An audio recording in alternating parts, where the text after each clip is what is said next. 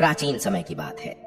एक राजा एक जंगली जानवर का पीछा करते करते घने जंगल में पहुंच गया।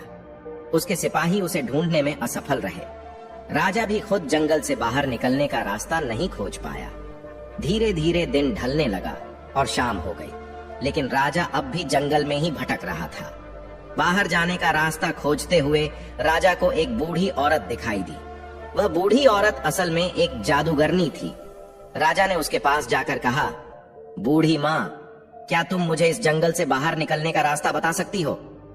बूढ़ी औरत बोली, क्यों नहीं राजा साहब, मैं आपको जंगल से बाहर का रास्ता जरूर बता सकती हूँ, लेकिन मेरी एक शर्त है।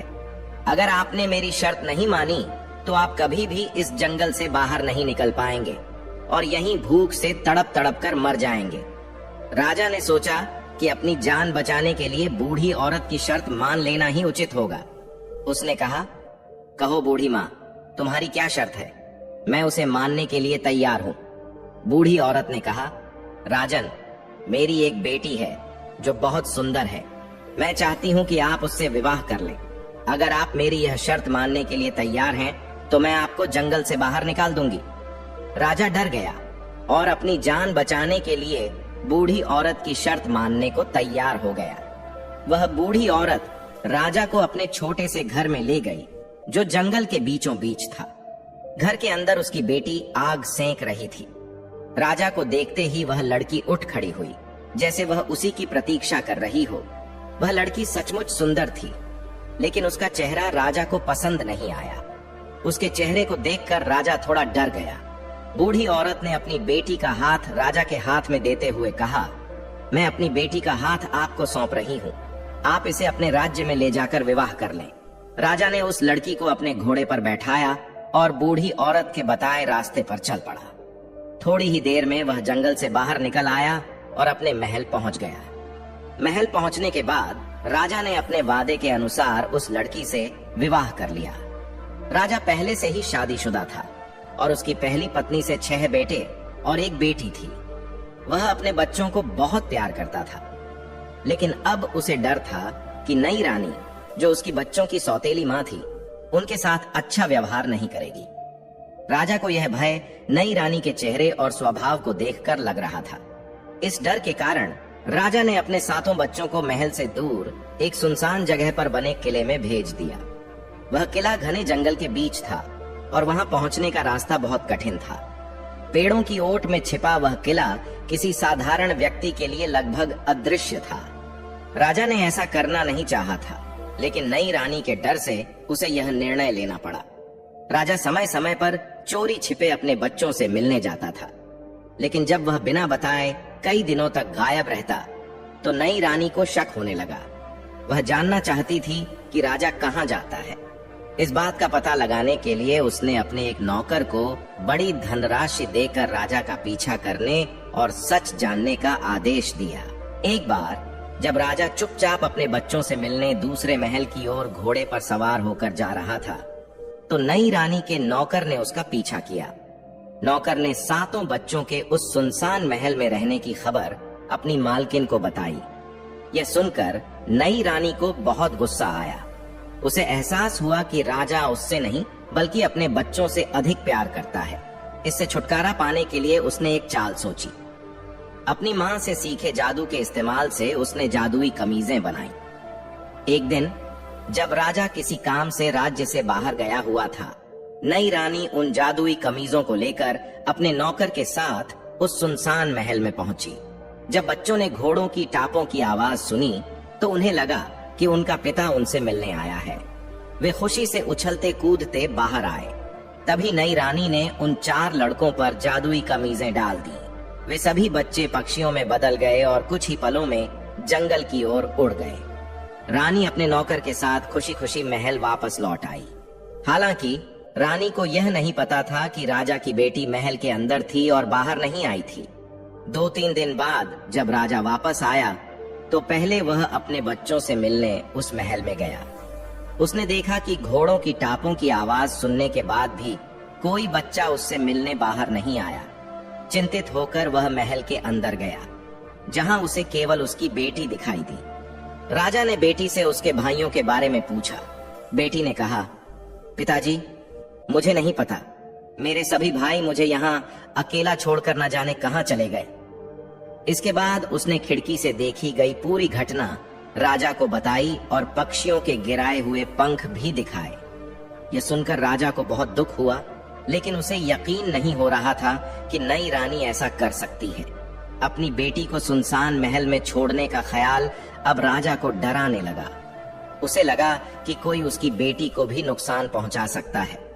वह उसे अपने साथ महल ले जाने को तैयार हो गया, लेकिन राजा की बेटी, जो अपनी सौतेली माँ से बहुत डरती थी, बोली, पिताजी, क्यों ना मैं आज रात यहीं रहूं? कल सुबह मैं आपके साथ चलूंगी। राजा ने उसकी बात मान ली। उस रात राजकुमारी सो नहीं पाई। उसे अपनी सौतेली माँ से खतरा महसूस हो रहा था और वह अपने भाइयों को खुद ही ढूंढना चाहती थी। आधी रात को वह चुपचाप महल से निकलकर जंगल की ओर चल पड़ी। वह सारी रात और अगले दिन लगातार चलती रही, जब तक उसकी टांगें जवाब नहीं दे गईं। आखिरकार उसे जंगल में एक छोटी सी झोपड़ी नजर आई, जिसका दरवाजा खुला हुआ था। अंदर उसने छोटे छोटे 6 बिस्तर बिछे हुए देखे। थकी हुई राजकुमारी झोपड़ी के एक कोने में लेट गई और वहीं रात बिताने का निश्चय किया। जैसे जैसे सूरज ढलने लगा और अंधेरा बढ़ा, उसे झोपड़ी के बाहर सरसराहट की आवाजें सुनाई दी। उसने खिड़की से झांक कर देखा तो 6 पक्षी उड़ते हुए अंदर आए। राजकुमारी ने ध्यान से देखा तो वह पहचान गई कि ये उसके भाई हैं। उनमें से सबसे बड़ा भाई बोला, बहन, हमारी खुशी ज्यादा देर की नहीं है। इस झोपड़ी में तुम्हारा रहना खतरे से खाली नहीं है। यहाँ अक्सर डाकू आते हैं। अगर वे आज यहाँ आ गए तो तुम्हें जिंदा नहीं छोड़ेंगे। राजकुमारी बोली, क्या तुम लोग मेरी रक्षा नहीं कर सकते? सारे भाई एक साथ बोले, नहीं, हम इस हालत में तुम्हारी रक्षा नहीं कर सकते। तुम यहाँ से कहीं और चली जाओ। बहन अपने भाइयों की यह बात सुनकर रोने लगी और बोली, क्या मैं तुम्हें इस जादू से छुटकारा नहीं दिलवा सकती?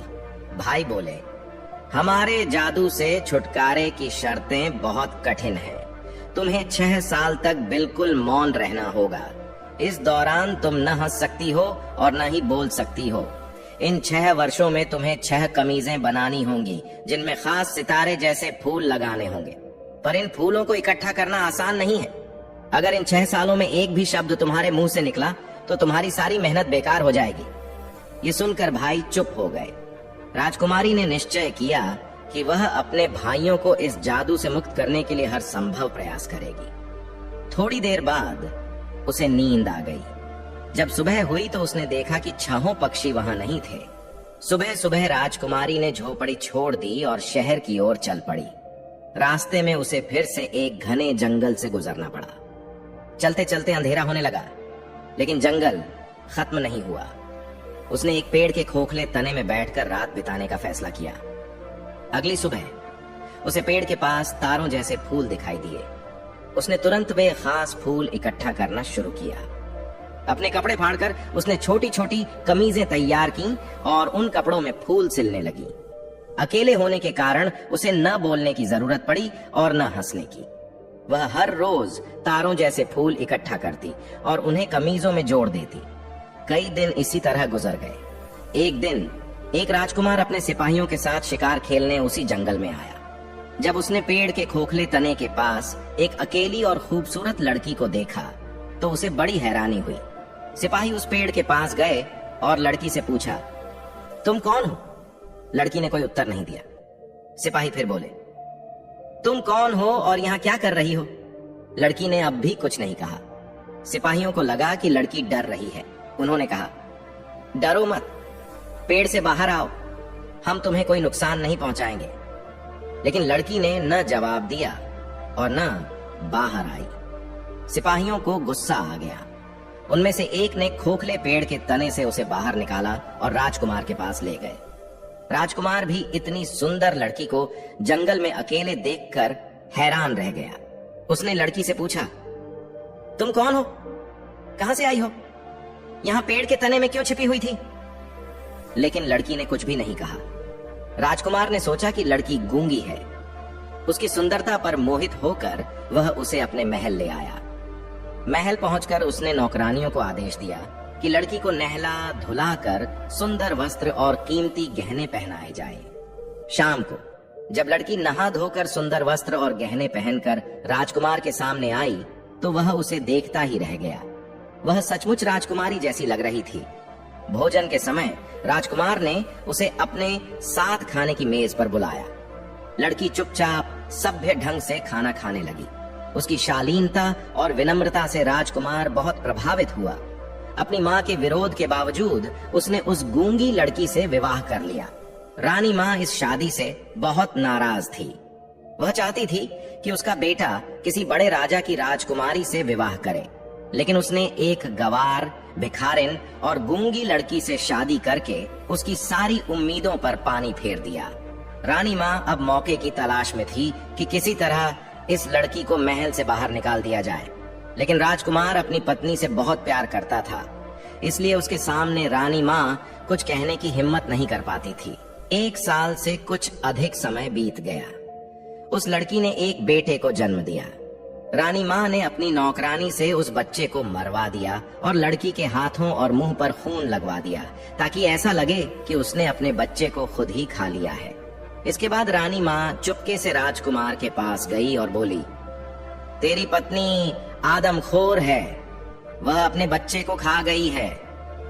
राजकुमार को अपनी माँ की बात पर विश्वास नहीं हुआ। वह सोचने लगा, इतनी सीधी सादी और गूंगी लड़की अपने ही बच्चे को कैसे खा सकती है?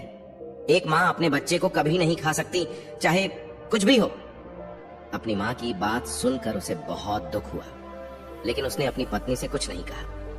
बच्चे के जन्म के बाद भी वह लड़की हमेशा की तरह शांत रही। वह न हंसती, न बोलती और बस उन 6 कमीजों को बनाने में लगी रहती। समय बीतता गया। कुछ समय बाद लड़की ने एक और बच्चे को जन्म दिया। रानी माँ ने वही चाल फिर चली। उसने बच्चे को मरवा दिया और लड़की के मुंह और हाथों पर खून लगवा दिया। फिर राजकुमार से शिकायत करते हुए कहा, इस आदमखोर औरत को घर से बाहर निकालो। लेकिन राजकुमार को अपनी माँ की बात पर फिर भी विश्वास नहीं हुआ। वह सोचता रहा, काश मेरी पत्नी गूंगी ना होती तो वह अपनी सफाई में कुछ तो बोल पाती। उसने इस बार भी अपनी पत्नी को कोई दंड नहीं दिया। 2 साल बाद जब राजकुमारी ने तीसरी बार एक और बच्चे को जन्म दिया तो रानी माँ ने फिर वही क्रूरता दोहराई। उसने बच्चे को मरवा दिया और राजकुमार के सामने उसकी पत्नी को अपने ही बच्चे को खाने वाली डायन घोषित कर दिया। अब की बार राजकुमार को मजबूरन अपनी पत्नी को दंड देने की घोषणा करनी पड़ी। उस समय मौत की सजा आग में जलाकर दी जाती थी और उसे अपनी पत्नी के लिए यही सजा सुनानी पड़ी।